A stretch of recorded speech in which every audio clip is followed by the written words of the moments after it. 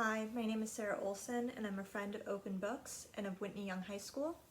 Today I will be reading Tales of Peter Rabbit and His Friends, written and illustrated by Beatrix Potter and published by Chatham River House.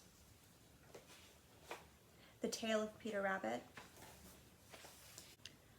Once upon a time, there were 4 little rabbits, and their names were Flopsy, Mopsy, Cottontail, and Peter. They lived with their mother in a sandbank, underneath the root of a very big fir tree. "Now, my dears," said old Mrs. Rabbit one morning, "you may go into the fields or down the lane, but don't go into Mr. McGregor's garden. Your father had an accident there. He was put in a pie by Mrs. McGregor.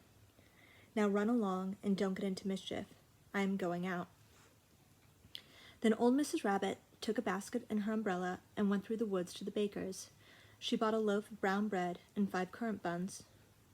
Flopsy, Mopsy, and Cottontail, who were good little bunnies, went down the lane to gather blackberries, but Peter, who was very naughty, ran straight away to Mr. McGregor's garden and squeezed under the gate.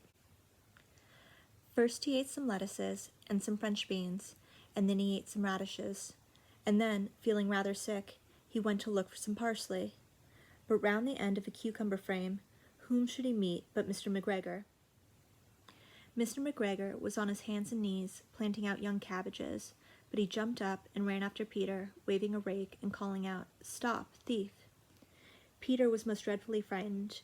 He rushed all over the garden, for he had forgotten the way back to the gate. He lost one of his shoes among the cabbages, and the other shoe amongst the potatoes. After losing them, he ran on 4 legs and went faster, so that I think he might have gotten away altogether if he had not unfortunately run into a gooseberry net and got caught by the large buttons on his jacket. It was a blue jacket with brass buttons, quite new. Peter gave himself up for lost and shed big tears, but his sobs were overheard by some friendly sparrows, who flew to him in great excitement and implored him to exert himself. Mr. McGregor came up with a sieve, which he intended to pop upon the top of Peter, but Peter wriggled out just in time, leaving his jacket behind him, and rushed into the tool shed and jumped into a can. It would have been a beautiful thing to hide in, if it had not had so much water in it. Mr. McGregor was quite sure that Peter was somewhere in the tool shed, perhaps hidden underneath a flower pot. He began to turn them over carefully, looking under each. Presently Peter sneezed. "Ker-chew!"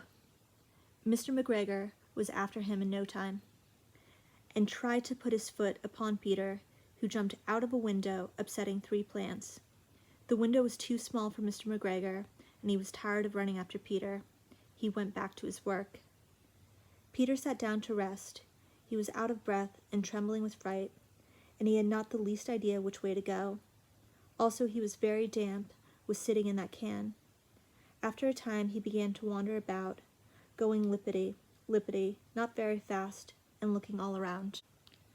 He found a door in a wall, but it was locked, and there was no room for a fat little rabbit to squeeze underneath.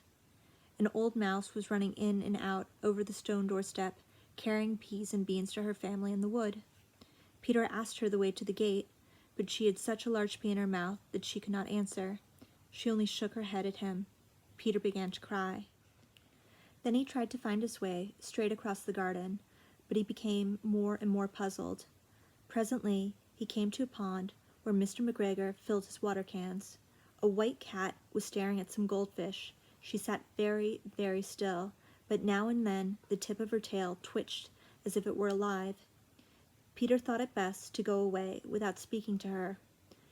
He had heard about cats from his cousin, little Benjamin Bunny.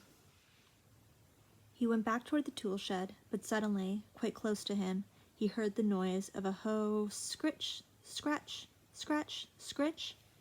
Peter scuttered underneath the bushes, but presently, as nothing had happened, he came out and climbed upon a wheelbarrow and peeped over. The first thing he saw was Mr. McGregor hoeing onions. His back was turned towards Peter, and beyond him was the gate. Peter got down very quietly off the wheelbarrow and started running as fast as he could go along a straight walk behind some blackcurrant bushes. Mr. McGregor caught sight of him at the corner, but Peter did not care. He slipped underneath the gate and was safe at last in the wood outside the garden. Mr. McGregor hung up the little jacket and the shoes for a scarecrow to frighten the blackbird. Peter never stopped running or looked behind him till he got home to the big fir tree. He was so tired that he flopped down upon the nice soft sand on the floor of the rabbit hole and shut his eyes. His mother was busy cooking. She wondered what he had done with his clothes. It was the second little jacket and pair of shoes that Peter had lost in a fortnight. I am sorry to say that Peter was not very well during the evening. His mother put him to bed and made some chamomile tea, and she gave a dose of it to Peter. 1 tablespoonful to be taken at bedtime. But Flopsy, Mopsy, and Cottontail had bread and milk and blackberries for supper. The end.